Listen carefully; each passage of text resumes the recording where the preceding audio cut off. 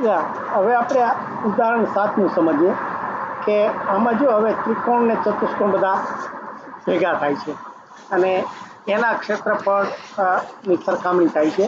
એટલે પહેલાં સમજી લઈએ કે જો ત્રિકોણ અને સમાંતર ચતુષ્કોણ એક જ પાયા પર, આપણે પેલું જે કહેતા હતા ને અત્યારે આ ચતુષ્કોણ કેવા દોરવાના છે કે જેનો પાયો એક જ હોય અને જે બીજા બિંદુઓ હોય બીજા બિંદુઓ એ બીજી સમાંતર રેખા ઉપર હોય તો સાબિત શું, એટલે આ પક્ષ આપ્યો છે, આ પક્ષ છે અને સાબિત શું કરવાનું છે તો કે સાબિત કરો કે ત્રિકોણનું ક્ષેત્રફળ સમાંતર બાજુ ચતુષ્કોણ કરતા અડધું થાય. આ સાધ્ય છે. એટલે ત્રિકોણ અને સમાંતર બાજુ ચતુષ્કોણ આપ્યા છે પણ ગમે ત્યાં નહીં, આપણે એની ચોક્કસ શરત પ્રમાણે તો શું કહે છે કે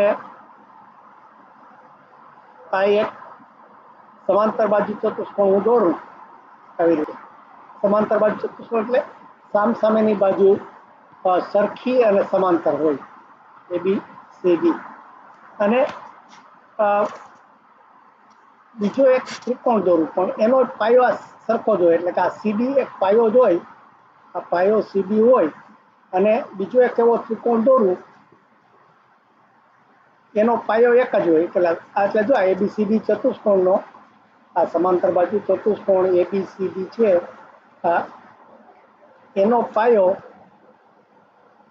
CD છે અને આ બીજો ત્રિકોણ અને P નામ આપું, આ PDC છે એનો પાયો CD છે.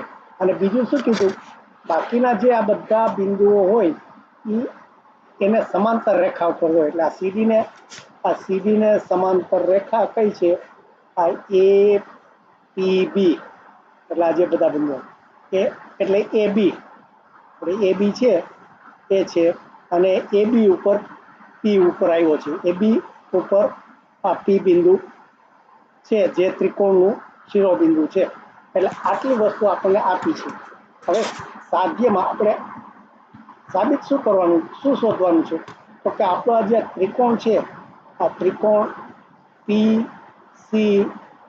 PCD એનું ક્ષેત્રફળ આપણો જે આ જે ચતુષ્કોણ સમાંતર બાજુ ચતુષ્કોણ છે ABCD એના કરતા અડધું થાય. એટલે એક ABCD કરતા અડધું થાય. એટલે હવે આપણે એ પણ શીખાતા કે સમાંતર બાજુ ચતુષ્કોણ હોય, જો એના વિકર્ણોને જોડી દઈએ સમાંતર બાજુ ચતુષ્કોણ, એટલે આ આપણે જે ગુણધર્મ પેલા શીખી ગયા એનો અહીંયા ઉપયોગ થશે કે સમાંતર બાજુ ચતુષ્કોણને સમાંતર બાજુ ચતુષ્કોણ નો વિકર્ણ દોરીએ તો એના જે બે ત્રિકોણ બને, ત્રિકોણ દોરવાથી જે ત્રિકોણ બને એ બંને સરખા થાય, એટલે બેયનું ક્ષેત્રફળ સરખું થાય. એટલે હવે આપણે ધીરે ધીરે એવી રીતે લેવાનું છે કે આ ત્રિકોણ છે, આ સમાંતર બાજુ ચતુષ્કોણ છે એને આપણે જો આ રીતે હું વિકર્ણ દોરું કે BC વિકર્ણ દોરું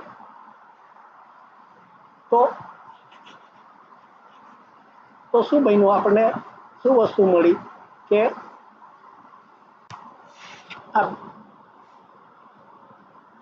આ BC એક નવો ત્રિકોણ મળ્યો, એક નવો ત્રિકોણ આપણને મળ્યો, આ ત્રિકોણ BCD મળ્યો.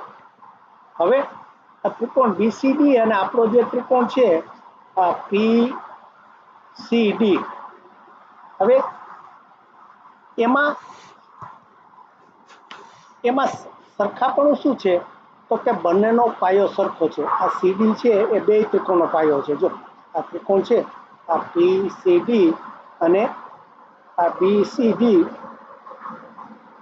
એ બે ત્રિકોણનો પાયો સરખો છે અને બેયના શિરોબિંદુ એક જ રેખા ઉપર, કારણ કે આ આપણે રેખા આ એ બી રેખા છે એ સીડીને સમાંતર છે, કારણ કે સમાંતર રેખા સમાંતર બાજુ આ બંને, તો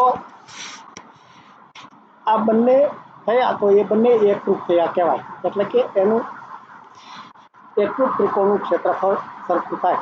તો આપણે BCD છે એ PCB જેવડો થાય. હવે આપણે આજે BCD ત્રિકોણ બનાવ્યો એ કેવી રીતે બનાવ્યો, તો કે વિકર્ણ દોરીને. આ વિકર્ણ દોર્યો તો આપણે એ પણ શીખી ગયા કે આ ABCD જો સમાંતર બાજુ ચતુષ્કોણ હોય, ABC સમાંતર બાજુ ચતુષ્કોણ હોય અને એનો વિકર્ણ દોરો તો જે ત્રિકોણ બને, એનો વિકર્ણ દોરીને આપણે ત્રિકોણ બનાવ્યો એ ત્રિકોણ BCD થયો. BCD તો જે બે ત્રિકોણ બને એ સરખા થાય, એટલે કે એક આ ABD ત્રિકોણ, બે ત્રિકોણ બન્યા જોઈએ આ દોરવાથી, અને બીજો ત્રિકોણ આપણે BCD એ બંને બે ત્રિકોણ બન્યા તો એ બંને સમાંતર બાજુ વિકર્ણ દોરવાથી જે ત્રિકોણ બને એ બે સરખા થાય. તો આ બે સરખા થયા તો ABCD બરાબર BCD થયો. તો આ BCD છે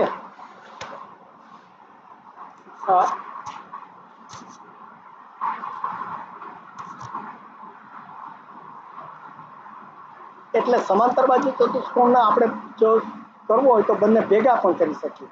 આપણે એનો સરવાળો કરીએ કે ABD અને વત્તા ત્રિકોણ BCD કરીએ તો એ સમાંતર બાજુ ચતુષ્કોણ થઈ ગયું. એટલે આ બંનેને ભેગા કરાય. પણ આપણે અહીંયા શીખ્યા કે આ BCD છે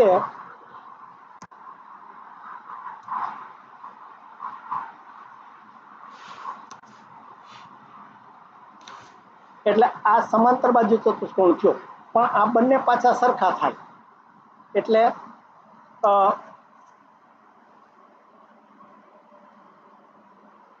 એને હું જો આ બંને સરખા હોય તો આને બે વખત ABD મૂકી શકું ને, તો બે વખત, કારણ કે આ બે સરખા હોય તો બે વખત ચતુષ્કોણનું થાય ABD, કે બે વખત BCD, આ બે વખત BCD થાય. આ સમાંતર બાજુ ચતુષ્કોણ છે તો બે વખત BCD થાય. તો BCD કેવડો છે આપણે જોયું હતું. BCD છે તે આપણે જે ત્રિકોણ PCD જોતો હતો PCD ત્રિકોણ જેવડો થાય છે. એટલે ફરીથી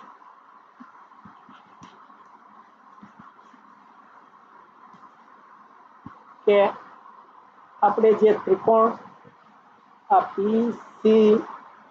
PCD છે એ બે વખત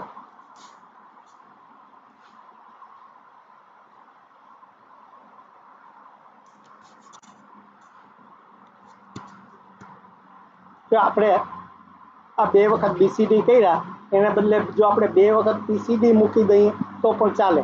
કોના? આ સમાંતર બાજુ ચતુષ્કોણ. આ AB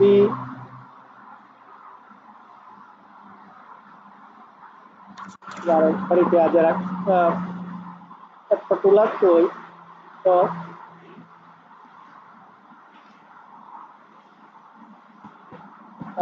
ABCD એમાં આ સમાંતર બાજુ ચતુષ્કોણ છે. ABCD સમાંતર બાજુ ચતુષ્કોણ છે અને વિકર્ણ BC દોરીએ તો ત્રિકોણ ABD વત્તા ત્રિકોણ BCD એનો સરવાળો બરાબર ચતુષ્કોણનું ક્ષેત્રફળ થાય. ચતુષ્કોણ ABCD નું ક્ષેત્રફળ થયું. અને સમાંતર બાજુ ચતુષ્કોણ છે એટલે બંને ABD આપણે વિકર્ણથી જો ભાગ કરીએ તો જે બે ત્રિકોણ બને એ સરખા થાય, એટલે પાછું એ પણ થાય કે ABD છે એવડો આ BCD થાય. એટલે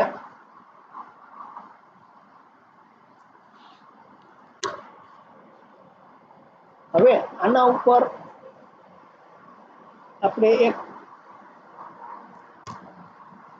બીજો જો એવો ત્રિકોણ દોરીએ કે એનો પાયો એક જ હોય, આપણે આ P એવો ત્રિકોણ જોઈએ છે, આ PCD ત્રિકોણ જો દોરીએ આપણે કે જેનો પાયો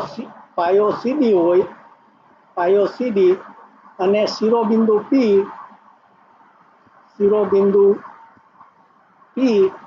આ AB ઉપર આવ્યું છે, AB ઉપર છે.